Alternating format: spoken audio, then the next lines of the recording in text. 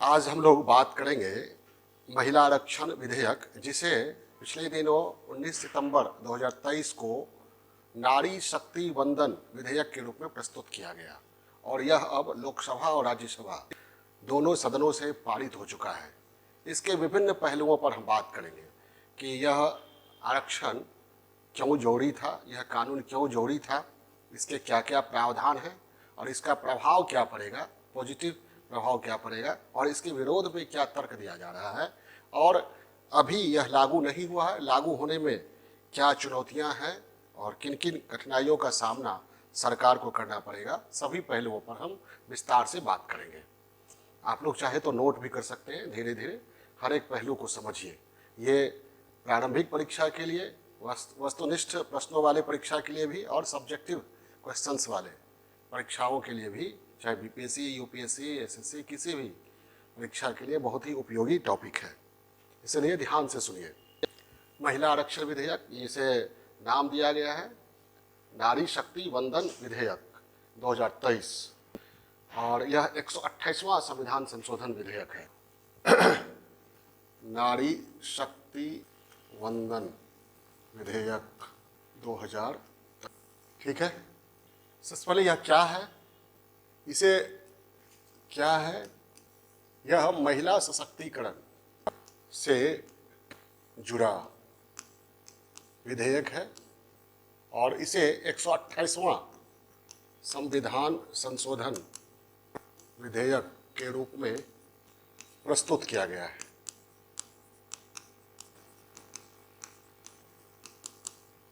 ठीक है, प्रस्तुत करने की तिथि 19 सितंबर 2023, 19 सितंबर 2023 को प्रस्तुत किया गया। ये नए संसद भवन का पहला दिन था और उसी दिन गणेश चतुर्थी का भी अवसर था को प्रस्तुत किया गया। कहाँ प्रस्तुत किया गया? लोकसभा में।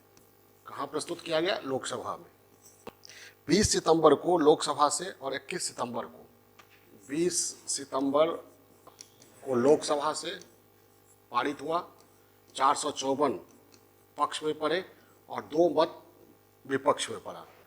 21 सितंबर को यह राज्यसभा से पारित हुआ और निर्विरोध सभी 214 सांसदों ने इसके पक्ष में मतदान किया। तो ये सामान्य सी बातें थी। अब ये हम इस पहलू पर आते हैं कि यह क्यों जरूरी था। एक बात और आप लोग जानते ही हैं, ये बता दें, लोकसभा और विधानसभा में 33% आरक्षण के लिए यह बिल लाया गया और इसमें क्या क्या प्रावधान है इस पर विस्तार से बात करेंगे। सबसे पहले हम आते हैं आखिर इसकी जरूरत क्यों पड़ी। महिला आरक्षण विधेयक, नारी शक्ति वंदन विधेयक की जरूरत क्यों पड़ी। जैसा कि पूरे देश में हम लोग जानते ही हैं, आप भी जानते हैं कि पंचायती राज में और नगरीय स्वशासन में, नगर पालिकाओं में महिलाओं को आरक्षण दे दिया गया है और महिला प्रतिनिधियों की अच्छी खासी संख्या है पंचायतों में और नगर निकायों में। लेकिन संसद में अभी तक महिलाओं का प्रतिनिधित्व, खासकर लोकसभा में, 15% भी नहीं है। ठीक है, संसद में महिलाओं का प्रतिनिधित्व काफी कम है। कितना? 15% से भी कम है, जबकि इनकी आबादी 2011 की जनगणना के अनुसार 48.5%। तो लगभग आधी आबादी का प्रतिनिधित्व बहुत ही कम है। आज़ादी बाद 17 बार लोकसभा चुनाव हुए और महिलाओं का वोटिंग परसेंट भी बढ़ा है। 2014 में महिलाओं का मतदान प्रतिशत 60% से ज़्यादा पहुंच गया, 65.6% मतदान प्रतिशत। 2019 में महिलाओं का मतदान प्रतिशत 67.2% तक पहुंच गया। तो कोई भी राजनीतिक दल अब महिलाओं को नजरअंदाज नहीं कर सकते। तो संसद में महिलाओं के प्रतिनिधित्व को बढ़ाने के लिए यह विधेयक लाया गया और बहुत ही जरूरी है, क्योंकि संसद जो है, लोकसभा या राज्यसभा, 140 करोड़ की आबादी की किस्मत का फैसला करती है और देश के किस्मत का, देश के भाग्य का फैसला करने वालों में पुरुषों के साथ साथ स्त्रियों की भागीदारी भी होना काफ़ी जरूरी है, क्योंकि इससे पुरुष ही नहीं, संसद के निर्णयों से पुरुष ही नहीं बल्कि स्त्री भी प्रभावित होती है और कई मुद्दों पर स्त्री पुरुषों से अधिक बेहतर समझ रखती हैं। दूसरा, ये तो संसद की बात है, राज्य की विधानसभाओं में भी यही स्थिति है। राज्यों के विधानसभाओं में भी प्रतिनिधित्व कम है। ये आंकड़ा देखिए, आज़ादी से अब तक केवल 16 मुख्यमंत्री बन सकी हैं। सबसे लंबे समय तक सबसे पहली बार सुचिता कृपलानी बनी थी 1963 से 67 के बीच में। वर्तमान में केवल एक मुख्यमंत्री है, ममता बनर्जी, जो पश्चिम बंगाल की मुख्यमंत्री हैं। 18 राज्य में एक भी महिला सीएम नहीं है। 18 और 19 विधानसभाओं में महिलाओं का प्रतिनिधित्व 10% से भी कम है। 10% से भी कम है। बिहार में 10.70% है, झारखंड में 12.35% है, गुजरात में 8.2%, हिमाचल में एक ही महिला है। तो राज्यों के विधानसभाओं में इनका प्रतिनिधित्व बहुत कम है।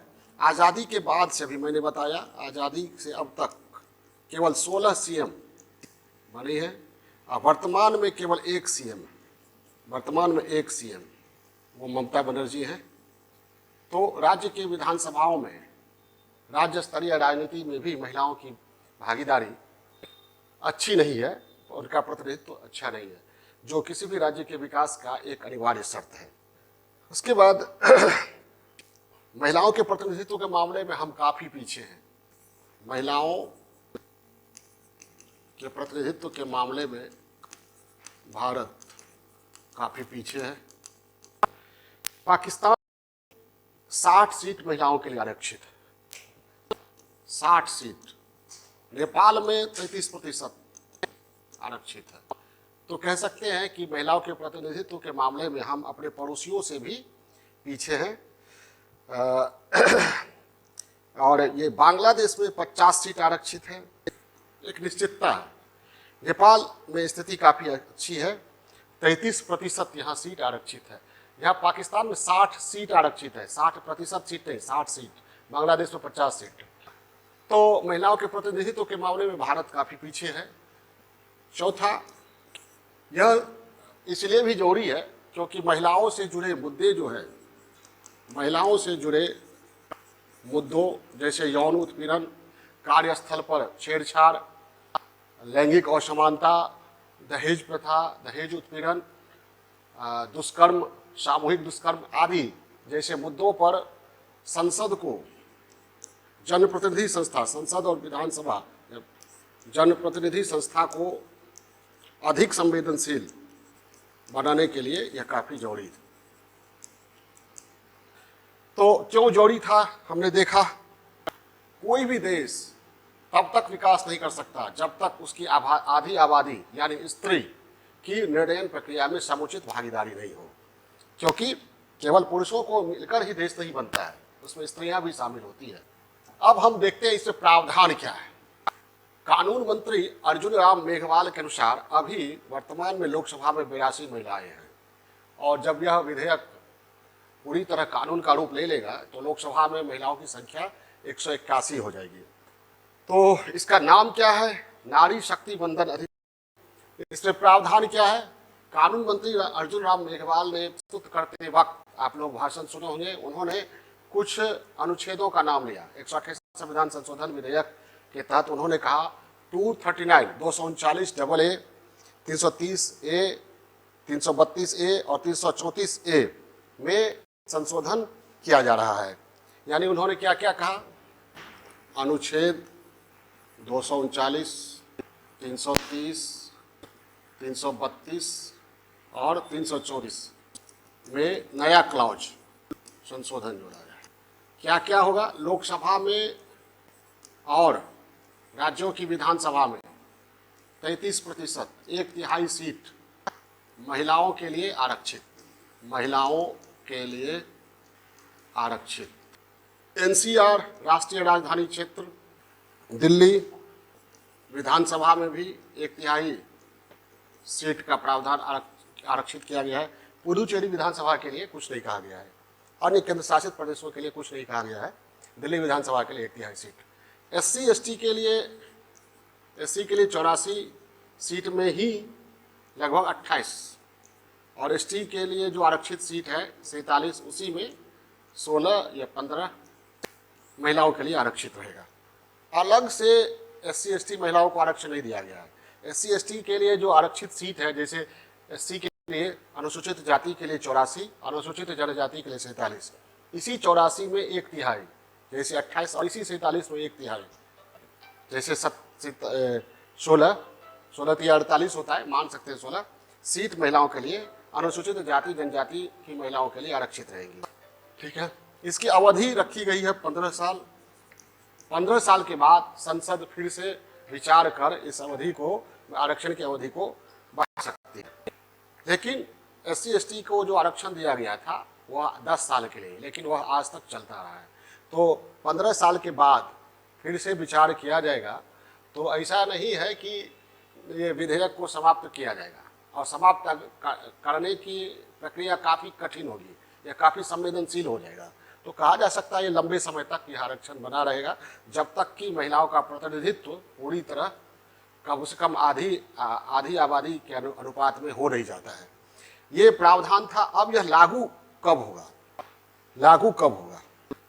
इस पर बात करेंगे हम। बात कर रहे हैं हम लोग नारी शक्ति वंदन विधेयक 2023। इसके एक पहलू, लागू कब होगा, क्या चुनौतियां हैं। अभी लोकसभा राज्यसभा से पारित हुआ है। इसके बाद राज्यों, चूंकि इस विधेयक से राज्य भी प्रभावित हो रहे हैं, इसलिए आधे से अधिक राज्यों की सहमति भी चाहिए। तो राज्यों की कम से कम 14 राज्यों की सहमति चाहिए। सहमति मतलब विधान सभा से पारित होनी चाहिए। फिर राष्ट्रपति के हस्ताक्षर होंगे। राष्ट्रपति के हस्ताक्षर और 14 राज्यों के विधानसभाओं विधानमंडलों की सहमति। उसके बाद परिसीमन, जो 2026 में परिसीमन होगा, क्योंकि 2021 में जो जनगणना होना था 2011 के बाद 10 साल के बाद होता है, तो वह जनगणना 2021 में कोविड के कारण नहीं हुआ। तो अब सरकार ने कहा है, निर्मला सीतारमण ने राज्यसभा में कहा कि 2024 के बाद, चुनाव के बाद जनगणना होगा, और उसके आंकड़े 2026 में आएंगे। 2026 में नए ढंग से परिसीमन होगा संसद विधानसभाओं की सीटों का। उसमें कई चुनौतियां आएंगी, उस पर भी बात करेंगे। उसके बाद 2029 के चुनाव में ये विधेयक लागू हो सकता है। अब इसमें चुनौतियां क्या आएगी? चुनौतियां आएगी कि OBC SC ST के लिए, SC ST को जो आरक्षण में ही आरक्षण दिया गया, कोटे में ही कोटा, तो अब ये मांग हो सकती है कि नहीं, कोटे में कोटा नहीं, अलग से महिलाओं के लिए, SC ST की महिलाओं के लिए अलग से आरक्षण दिया जाए। OBC महिलाओं के लिए आरक्षण नहीं दिया गया है, तो इसकी भी मांग उठेगी। फिर ट्रांसजेंडर जो समुदाय है, LGBT, उनके लिए भी मांग उठ सकती है। कब ये सामान्य वर्ग के जो कमजोर वर्ग है, उनको जो आरक्षण दिया गया, उनके महिलाओं के लिए भी, दिव्यांग महिलाओं के लिए भी। तो ये एक राजनीतिक चुनौती सरकार के समक्ष उत्पन्न हो सकती है। और जाति आधारित जनगणना पूरे देश में कराने की मांग हो सकती है। जाति आधारित जनगणना की मांग पूरे देश में हो सकती है। तो ये चुनौतियां हैं। ये सभी चुनौतियों को पार पाने के बाद 2029 के चुनाव में नारी शक्ति वंदन अधिनियम लागू हो सकता है। लेकिन अभी तक ये चुनौतियां हैं और काफ़ी ही संवेदनशील मुद्दा है। इसका असर क्या होगा, पॉजिटिव प्रभाव क्या पड़ेगा?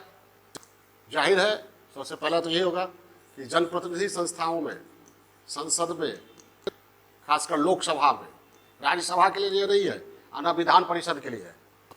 लोकसभा में महिलाओं का प्रतिनिधित्व बढ़ेगा। कहने का तात्पर्य ये, निर्णय प्रक्रिया में, नीति निर्माण में महिलाओं की भागीदारी बढ़ेगी।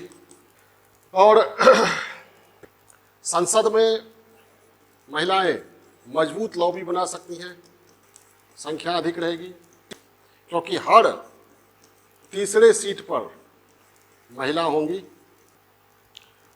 महिलाओं से जुड़े मुद्दे, महिलाओं से जुड़े मुद्दों जैसे यौन उत्पीड़न और लैंगिक असमानता, दहेज प्रथा, सामूहिक दुष्कर्म और भी बहुत सारे मुद्दे हैं महिलाओं से। महिलाओं के साथ जो मुद्दा है वो जन्म से लेकर, जन्म से पहले जब गर्भ में आती है महिला, स्त्री, तभी से समस्या शुरू हो जाती है। भ्रूण हत्या, हमारा समाज जन्म से पहले मारने की कोशिश करता है, तो इसलिए कहा जाता है गर्भ से कब्र तक महिला इस समस्याओं से जूझती है।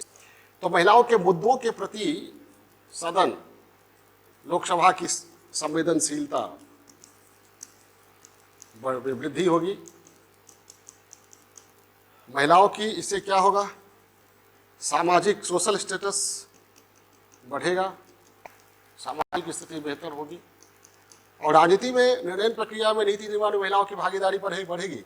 तो महिलाओं के प्रति जो प्रशासनिक संवेदनशीलता है, पुलिस की संवेदनशीलता है, उसमें भी तेजी आएगी। और सदन में कभी कभी देखा जाता है, लोकसभा में या विधानसभा में, कि पुरुष सदस्य काफ़ी उठापटक करते हैं, माइक फेंकना, कागज़ फाड़ना, पीटना मेज़ को वगैरह। तो महिलाओं की अगर उपस्थिति होती है तो इस उच्छृंखल आचरण में नरमी आएगी, यानी सदन की कार्यवाही में सौम्यता और अनुशासन बढ़ेगा, क्योंकि महिलाओं के समक्ष सामान्यतः पुरुष अनुशासित दिखने का प्रयास करते हैं। ये पुरुषों का स्वभाव देखा जाता है। अब इसका विरोध करने वाले क्या कहते हैं? विरोध में हालांकि दम नहीं है, फिर भी हम लोग थोड़ा विरोध पर बात करते हैं कि विरोध करने वाले अभी कह रहे हैं कि शहरी महिलाओं का प्रतिनिधित्व बढ़ेगा, ग्रामीण महिलाओं का नहीं। उच्च वर्गीय महिलाओं का प्रतिनिधित्व बढ़ेगा, उच्च, एक पहले कहा गया था बीबी बेटी ब्रिगेड, पुराने जो पुरुष राजनेता हैं अपनी बीबी बेटी ब्रिगेड को राजनीति में उतार देंगे और उनके जरिए उनका प्रतिनिधित्व और भी बढ़ जाएगा। ये भी एक थोथा तर्क दिया जाता है, महिला एकता पर असर पड़ेगा, क्योंकि फिर ये भी कहा जाता है, वही जो अन्य आरक्षणों के लिए कहा जाता है, वो योग्यता और क्षमता, समानता के सिद्धांत का उल्लंघन होगा। तो ये विरोध में कोई विशेष दम नहीं है। आधी आबादी को निर्णय प्रक्रिया या नीति निर्माण की प्रक्रिया, जनप्रतिनिधि संस्था, संसद हमारे देश का मंदिर है, धर्मस्थल है, मंदिर है, मस्जिद है, सब कुछ है। 140 करोड़ देशवासियों के किस्मत का फैसला करता है। तो इसमें स्त्रियों की भागीदारी, महिलाओं की भागीदारी होनी ही चाहिए। ओके।